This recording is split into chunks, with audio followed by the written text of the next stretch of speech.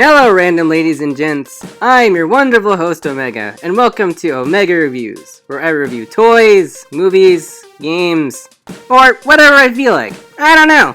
Today, we'll be taking a look at the Jurassic World Dino Rivals Albertosaurus. For those of you who don't know what an Albertosaurus is a close, smaller Canadian relative of the infamous T-Rex. If you're a Jurassic Park fan, or at the very least played the game Operation Genesis, or at the very least active in the player community, then you're probably aware that Alberto's garnered a reputation as a Screechy Boi. Delightful! All screechiness aside, let's get a closer look at this Screechy Boi ourselves. Unboxing powers! Activate!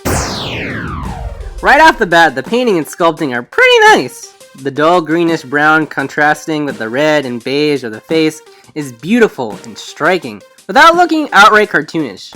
Something that, not gonna lie, the others of the Mattel line have a bit of a habit of. Don't get me wrong, I know kids' toys, but putting them next to figures that have more realistic Jurassic aesthetic, it can be a bit awkward.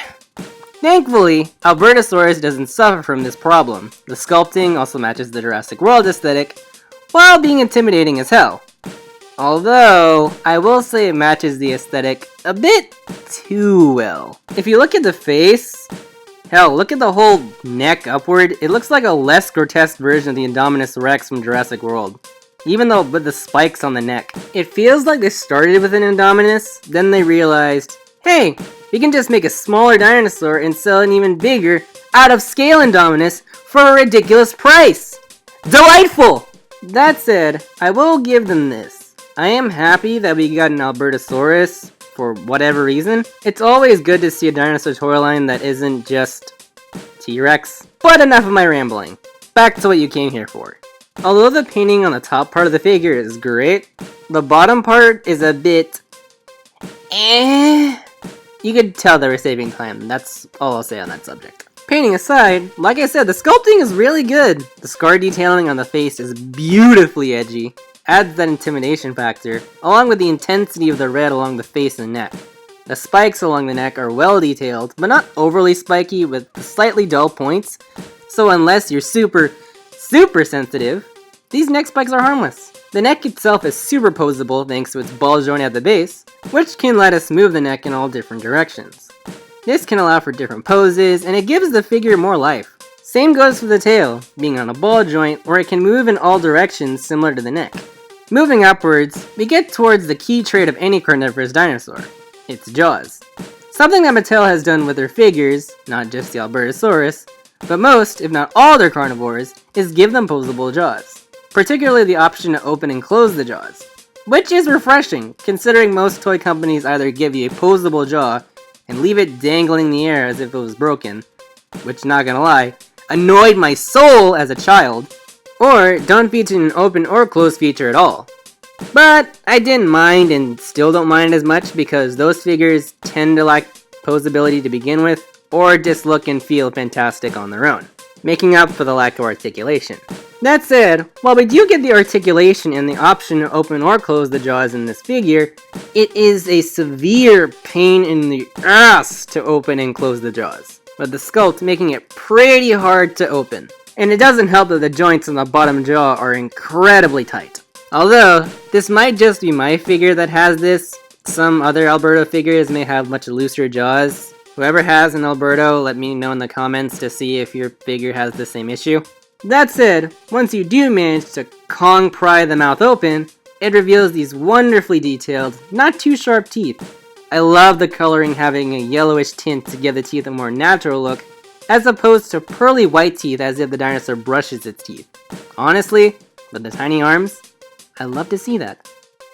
Speaking of the signature tiny Tyrannosaur arms, these things are sculpted muscularly, which is fitting considering these tiny arms in life were pretty swole. As for the articulation, they're pretty standard for a dinosaur toy. Similar back and forth movement, nothing special. Moving on to the highlight of this figure, we get the battle damage feature. This feature has been utilized on different dinosaur figures from different companies in the past, but not to this extreme.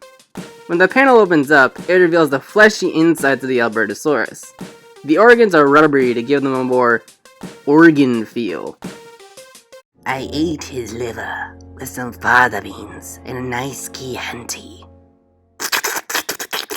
Not only that, but you can also move the ribs down and lock them in place, adding a bit more to the internal organ feel they were going for. If you're worried about the wound being exposed for too long and being grossed out, aka being apparent, then no worries, you can just move the flap back up and into place. Or at least I could if it weren't for these gloves! That's it, the gloves are coming off.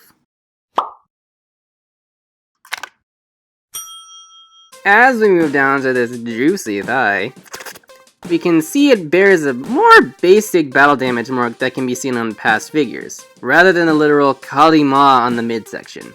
Those two red marks on the thigh are beautifully painted. The red used for the wound was a nice touch to help it stand out, but other than that, not much to say.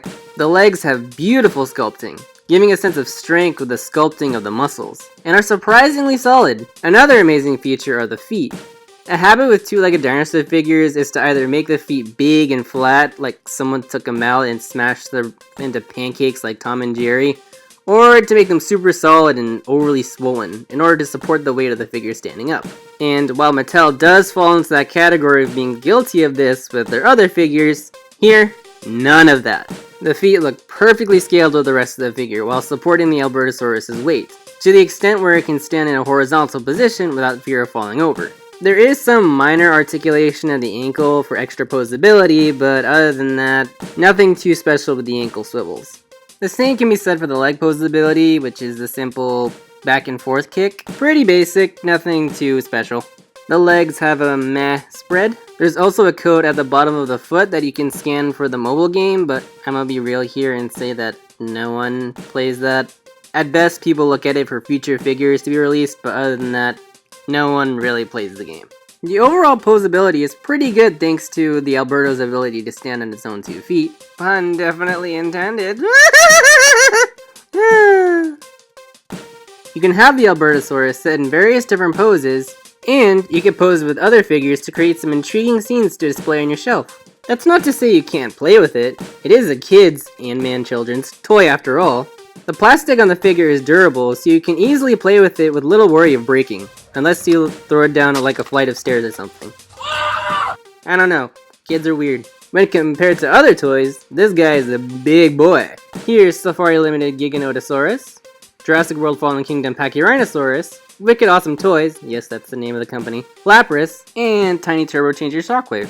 Overall, this figure is pretty cool. I highly recommend it for kids and adult collectors looking for a good dinosaur figure to add to their collection. If anything, I urge those interested in this figure because at the time of this video, it's coming around that time where it's getting marked down to clear off the shelves. I got mine for a markdown price of $15 at Walmart in-store, despite the online price being $20 to $21 like its original store price. If you can't pick it up at Walmart, there's always Amazon and eBay which have similar prices for the time being, so you better get them while they're still going for those of you who are interested, before you have your dreams shattered, like my love life. Anywho, thanks for watching, I wish you a random day, and happy hunting!